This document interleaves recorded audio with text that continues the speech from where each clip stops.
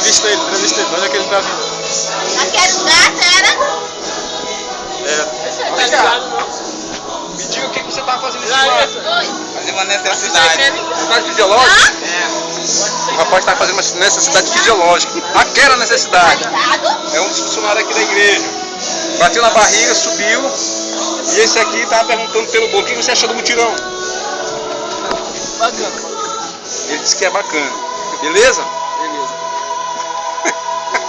Olha a cara do negão. Aquela ali tá com pena do marido, essa bem aqui, ó. Olha ela que tá com pena dele, ó. Ele já carregou 50 latas de barro. Ai, beleza, gente. Legal.